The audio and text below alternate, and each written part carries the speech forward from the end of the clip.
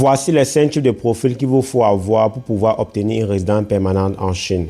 Le premier profil qui peut vous conduire à la résidence permanente est l'investissement. Si vous venez en Chine en tant qu'investisseur, vous ouvrez une entreprise qui tourne pendant au moins 3 ans de façon consécutive avec un chiffre d'affaires de plus de 500 000 $. Vous pouvez par la suite bénéficier d'une résidence permanente. Le deuxième profil qui peut vous conduire à la résidence permanente est d'être travailleur qualifié. Si vous êtes un travailleur qualifié en Chine, vous avez travaillé pendant 3 ou 4 ans de façon consécutive, vous pouvez opter pour la résidence permanente. Mais il faut remplir quelques conditions, notamment avoir déjà reçu des versements de plus de 500 000 RMB. Si vous avez reçu des versements de plus de 500 000 RMB, vous devez passer à la deuxième condition qui est d'avoir payé des impôts au moins de 100 000 RMB. Si ces deux conditions-là sont déjà vérifiées, vous pouvez opter pour la résidence permanente en tant que travailleur qualifié. Le troisième profil qui peut également vous donner droit à la résidence permanente en Chine, c'est déjà d'être le conjoint d'un citoyen chinois ou alors d'être l'enfant d'un citoyen chinois. Si et seulement vous respectez les conditions suivantes.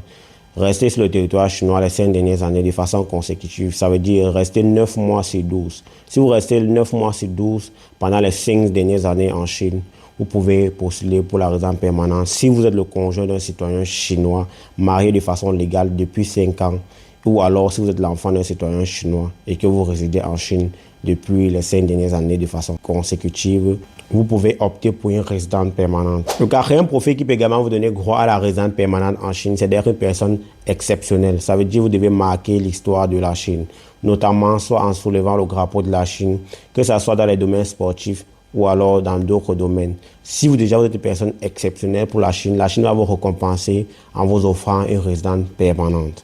Et enfin, nous avons le regroupement familial pour les personnes âgées. Si vous êtes une personne âgée vivant en Chine et que vous avez déjà plus de 60 ans et que vous avez vécu les 5 dernières années en Chine de façon consécutive, en résidant 9 mois sur 12, chacune de ces années-là, vous pouvez obtenir une résidence permanente en Chine. En conclusion, les gars, vous comprenez donc que pour obtenir une résidence permanente en Chine, il faut déjà la mériter car elle ne se croit pas à tout le monde.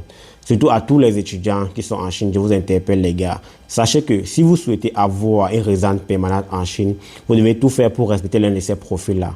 Ne vous dites pas que c'est juste étudier, rentrer, dormir. Non, c'est pas ça les gars.